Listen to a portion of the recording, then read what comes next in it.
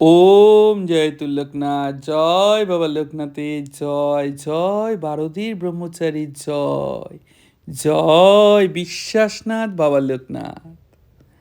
বাবা বলতেন, আমি পাহাড় পর্বত ডিঙিয়ে এত সাধনা করে যে ধন কামাই করে নিয়ে এসেছি, তা তো তোদের জন্যই।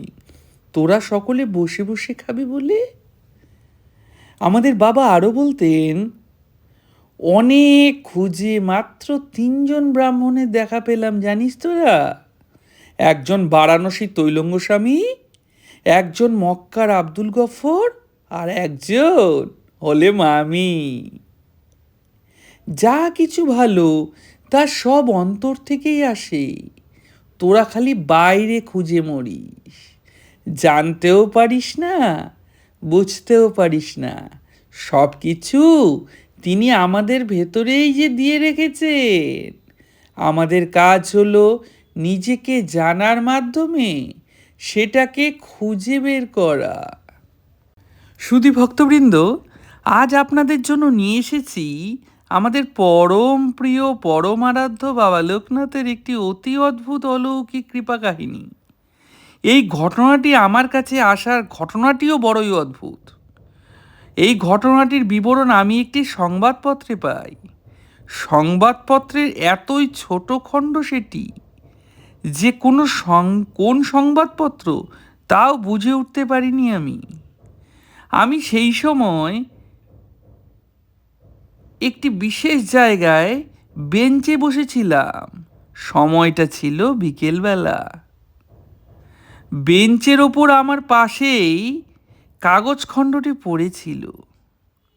আমার ছোটবেলার অভ্যাস, কোনো কিছু পড়ার পেলেই আমি উঠিয়ে পড়া আরম্ভ করে দিই।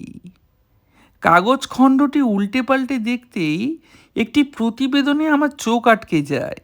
প্রতিবেদনটিতে লেখা, নিজস্ব সংবাদদাতা ঠাকুরগঞ্জ, জন্মবোবা বালকের আকস্মিক কথা বলা।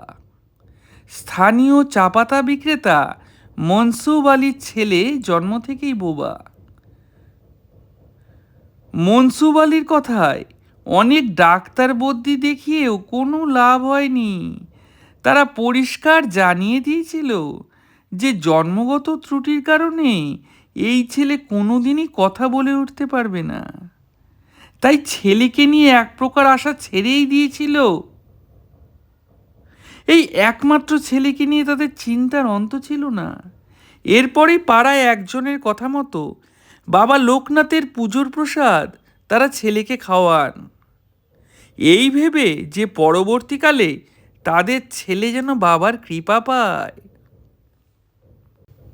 এর কিছুদিনের মধ্যেই তাদের ছেলে ধীরে ধীরে কথা বলতে শুরু করে। এখনও পুরোপুরি স্পষ্ট না হলেও বেশ ভালো মতোই কথা বলে চলেন মনসুব আলী ও মজিনা বিবির একমাত্র ছেলে ইয়াকুব আলী। ঘটনাটি আমায় পুরো স্তম্ভিত করে দিয়েছিল। ধীরে ধীরে বুঝতে পেরেছি যে এই জগৎ সংসারে আমাদের পরম প্রিয় বাবা লোকনাথের অসাধ্য কিছুই নেই। তিনি সব কিছুই করতে পারেন। এর জন্য প্রয়োজন আমাদের মনের ঐকান্তিক ভক্তি এবং বাবার প্রতি আমাদের অকৃত্রিম ভালোবাসা। ওম জয়তুল লোকনাথ। হ্যাঁ, ওম জয়তুল লোকনাথ, জয় বাবা লোকনাথের জয়।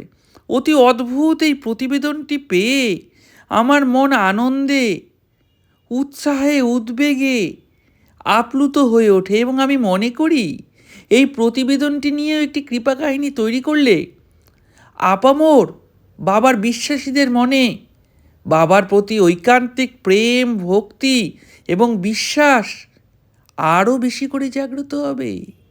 তাই এই কৃপা কাহিনী করেছি। আপনাদের সকলকে করজোরে অনুরোধ, আপনারা যারাই বাবার কৃপা কাহিনী পাঠাবেন, আপনারা নিজেদের নাম এবং সেই সঙ্গে ঠিকানার উল্লেখ করবেন। কেমন? আপনাদের সকলকেই অনেক অনেক অভিনন্দন জানিয়ে আজকে শেষ করছি। আপনাদের সকলের মাথার ওপর বাবা লোকনাথের অসীম কৃপা অবিরাম ঝরে পড়ুক এই কামনা করি। ওম জয়তুল লোকনাথ, জয় বিশ্বাসনাথ বাবা লোকনাথ।